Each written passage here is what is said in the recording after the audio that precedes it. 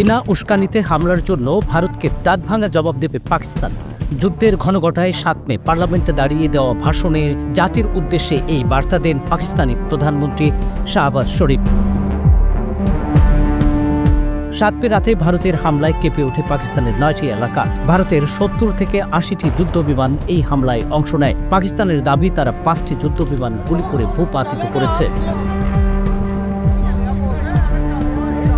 পার্লামেন্টের ভাষণে শাহবাজ বলেন, ভারতের হামলার পর প্রমাণিত হয়েছে পারমাণবিক ও প্রচলিত যুদ্ধ উভয় ক্ষেত্রে পাকিস্তান শক্তিশালী। যে কোনো হামলা প্রতিহত করতে প্রস্তুত পাকিস্তানি সেনাবাহিনী। যুদ্ধের দামামা বেজে ওঠার পর কাশ্মীরে নিয়ন্ত্রণ রেখা বরাবর গোলাগুলি করছে ভারত ও পাকিস্তানের সেনারা। খবর আসছে হতাহতের। ভারত বলছে পহেলগাম হামলার বদলায় পাকিস্তানের ভেতর সন্ত্রাসীদের স্থাপনায় হামলা চালানো হয়েছে। কোনো বেসামরিক স্থাপনায় হামলা চালানো হয়নি। এই হামলার মধ্য দিয়ে ন্যায় প্রতিষ্ঠিত হয়েছে।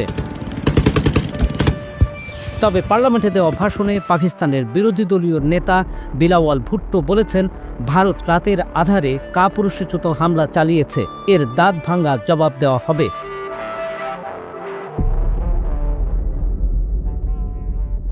এর আগে পাকিস্তানের সামরিক বাহিনীর মুখপাত্র আহমেদ শরীফ চৌধুরীও ভারতকে দাঁতভাঙা জবাব দেওয়ার হুঁশিয়ারি দিয়েছিলেন।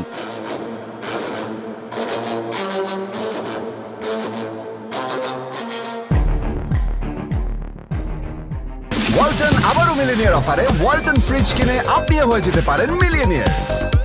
মিলিনিয়ার ছড়াছড়ি দেশ জুড়ে, এটা শুধু ওয়ালটনই পারে।